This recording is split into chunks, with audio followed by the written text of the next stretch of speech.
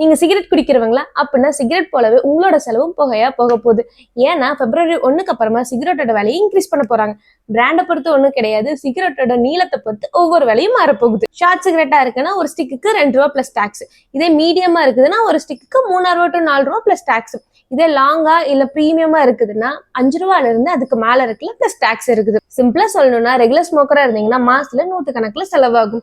இதே நீங்க ஹெவி ஸ்மோக்கரா இருக்கீங்கன்னா வருஷத்துல 1000 கணக்குல உங்களுக்கு லாஸ். கவர்மெண்ட் எவ்வளவு ஸ்ட்ரிக்டா இருக்காங்க? இந்தியால மட்டுமே 10 கோடி பேர் ஸ்மோக்கர்ஸ் இருக்காங்க. அதுல வருஷம் 13.5 லட்சம் பேர் இறக்குறாங்க.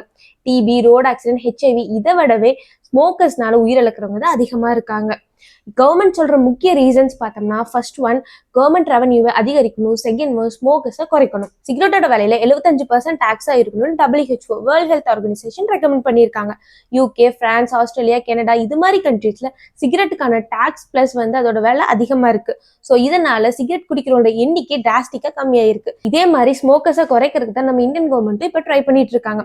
ஆல்ரெடி சிகரெட்டுக்கு நம்ம இந்தியாவில இருந்த டாக்ஸ் பார்த்தோம்னா 40%, இப்போ 13% இன்க்ரீஸ் ஆகி 53% இருக்கு. அப்பயுமே WHO சொன்ன 75% நாம இன்னும் கொண்டு வரல. இந்த டெசிஷன் வந்த உடனே ஸ்டாக் மார்க்கெட்ல டொபாக்கோ கம்பெனிஸ்க்கு ரொம்ப பெரிய இம்பாக்ட். உண்மையிலேயே இந்த ரூல்ஸ் சிகரெட் பிடிக்கிறவங்களோட எண்ணிக்கை கம்மி பண்ணுமா இல்ல இல்லீகல் சிகரெட்ஸை கள்ளச்சாராய மாதிரி இன்க்ரீஸ் பண்ணுமான்னு சொல்லி உங்க கருத்துக்களை கீழே கமெண்ட்ல சொல்லுங்க. என் வீடியோ உங்களுக்கு பிடிச்சிருந்தா வீடியோக்கு லைக் பண்ணி சப்ஸ்கிரைப் பண்ணி எனக்கு சப்போர்ட் பண்ணுங்க. தேங்க்யூ.